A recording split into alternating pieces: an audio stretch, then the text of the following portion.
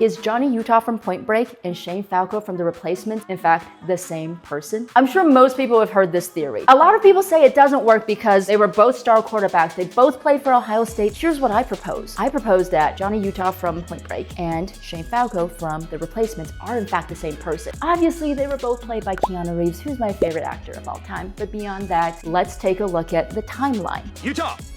Give me 2. Point Break takes place in 1991, and Johnny Utah was already an FBI agent, which means he probably played for the Ohio State Buckeyes in the early to mid 80s. The Replacements takes place in 2001, and it is stated that Shane Falco played for the Buckeyes in 1996. There's a whole decade in between Johnny playing for Ohio State and Shane playing for Ohio State. And that is why this theory does work. Now, what happened in Point Break can be summed up by Danny from Hot Fuzz. Amazing bit in Point Break where they jump over fences. Patrick Swayze has just robbed this bank, and Keanu Reeves is chasing him through people's gardens, and he goes to shoot Swayze, but he can't because he loves him so much. So much. He's firing his gun up in the air like, ah! Have you ever fired your gun up in the air and gone, ah? What happened after Point Break was that Keanu Reeves threw away his badge and he quit the FBI because he loved Bodie so much. So much. He left LA, and maybe he went back to his first love, which is football. He re-enrolled under a new name, Shane Falco. Shane Falco. Footsteps Falco from Ohio State. And Shane Falco becomes a star quarterback.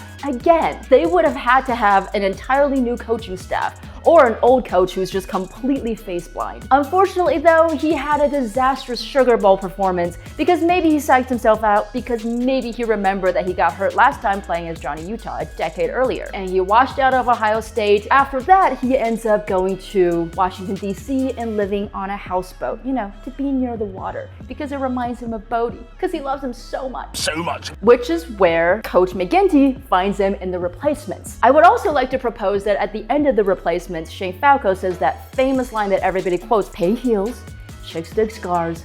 Glory lasts forever."